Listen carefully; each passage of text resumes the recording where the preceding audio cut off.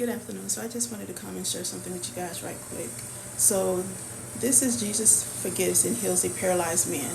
And it is found three different times in the Bible that I was able to see. Mark 2 verse 1 to 12, Luke 5 verse 17 to 26, and Matthew 9 verse 1 to 8.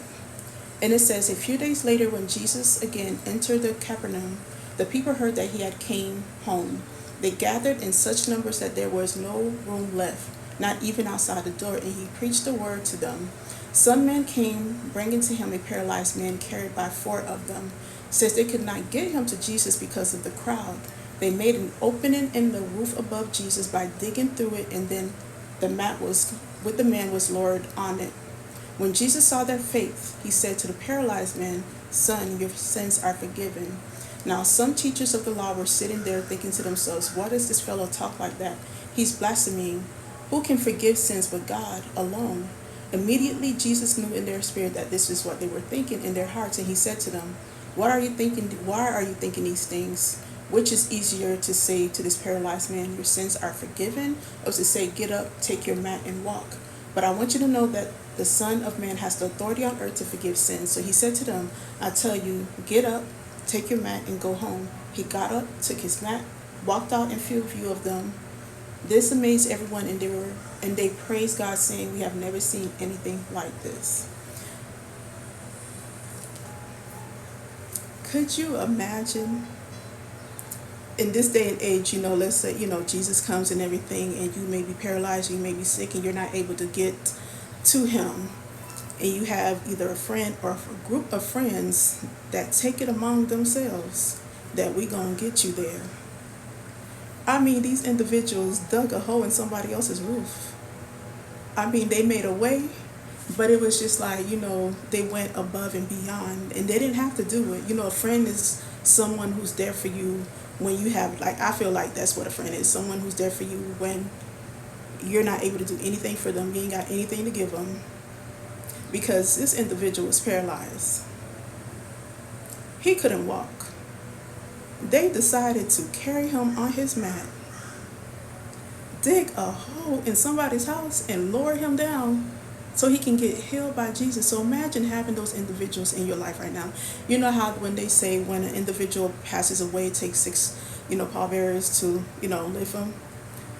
Imagine if you had six individuals in your life. It might not even be six, but those individuals who are in your life to encourage you, interceding for you, praying over you, lifting you up, like no matter what's going on in your life at that present moment and stuff, God's placed them in your life, and they're there, and you can trust them. Like, these individuals got my back no matter what. It says it's a friend that sticks closer than a brother. But their faith healed this individual. It never said his faith, it says their faith healed him.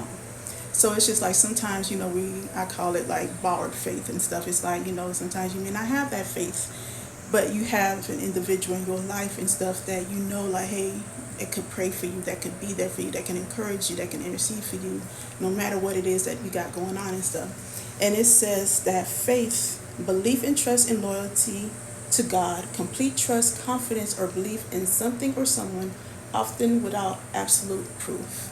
So, they heard of Jesus. They didn't know what was going to happen. But they had faith, like, as long as we get there, we're going to find a way. Forgiveness, and then his sins were forgiven. Forgiveness, a conscious, voluntary decision to let go of resentment, anger, and thoughts of vengeance towards someone who has wronged you. So, it's like Jesus forgave him. And getting to that place of forgiving others and everything, because it keeps you from moving forward. It's like you're doing it for yourself and not for that other individual. Because I always say, like, God forbid, if an individual hurts you, did you wrong, but they passed away, they can no longer say, I'm sorry. They're gone. And you can't keep holding on to that pain. It's like you got to let it go and just be like, whatever it is, like, take it to God. Fix it, Jesus, but forgive. But the whole thing is just like, having those individuals in your life, like pray to God and be like, God, send me those individuals that will be there for me, those individuals who will encourage me, lift me up, build me up, pray for me. It's like be that accountability partner, whatever it is, but that individuals in your life that got you, that as these four individuals who went out their way to get healing for their friends when they didn't have to at all. But they did it because they cared for him and they loved him. So they made a sacrifice. And then because of their faith, he got healed.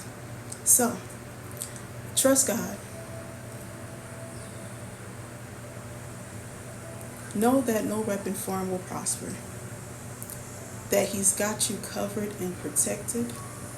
Like even when you don't understand what it is that you got going on, and things are coming at you from different directions and stuff, but it's just like, have faith, even though you don't see things working out, but it's just trusting God and knowing that he's going to make a way. He's an on-time God. Wait on the Lord. He will renew your strength. It says you will mount on wings like eagles. You will run and not get weary. You will walk and not faint. And God, help me to trust on you. But trust in the Lord. Talk to Jesus, because he's interceding on your behalf to the Father. And just know that everything's going to be okay, because God's got you covered and protected. Love you.